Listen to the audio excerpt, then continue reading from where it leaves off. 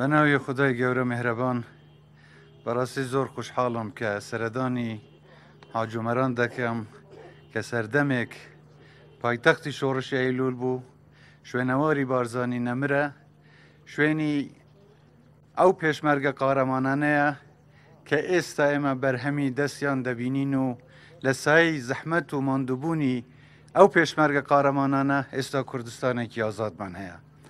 جێی دڵخۆشیە کە ئەمڕۆ لێرەین بۆ کردنەوەی بەشێک لەو ڕێگەیە کە بە شێوەیەکی سەردەمیانە و ڕێکوپێک دروست کراوە و خراوەتە خزمەتی هەموو هاوڵاتیان.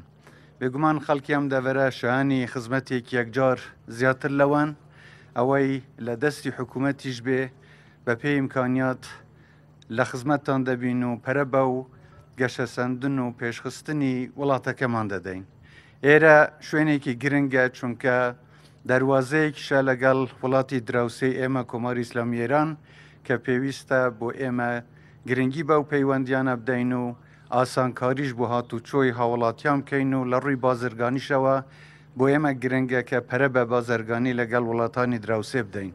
هیوادارم ئەم ڕێگە و هەموو کارە خزمەت گوزاریەکانی حکوومەتی هەرێمی کوردستان جارێکی تر بکەونەوە خزمەتی هاوڵاتیان و بژێوی ژیانی خەڵکی کوردستان و سەلامەتی و سەربەرزی ئێوە ئەرکە بۆ ئێمە و ئاواتی ئێمەیە.